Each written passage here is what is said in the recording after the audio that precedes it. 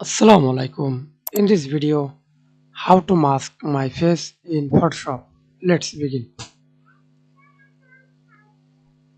First of all, open your image with face.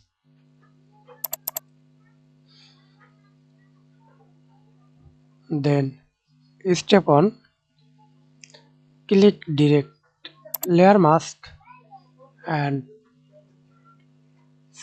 select brush tool or press Ctrl V. Use foreground color black and white. Right click on your mouse. Use this. Press enter. Opacity. Then see this result.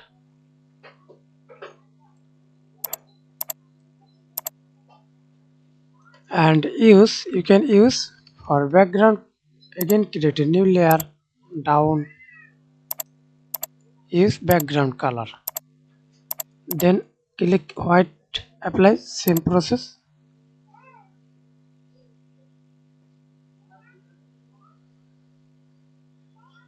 That's it. And again, show, select white. Thanks for watching video. Please like, comment, share and subscribe to my channel.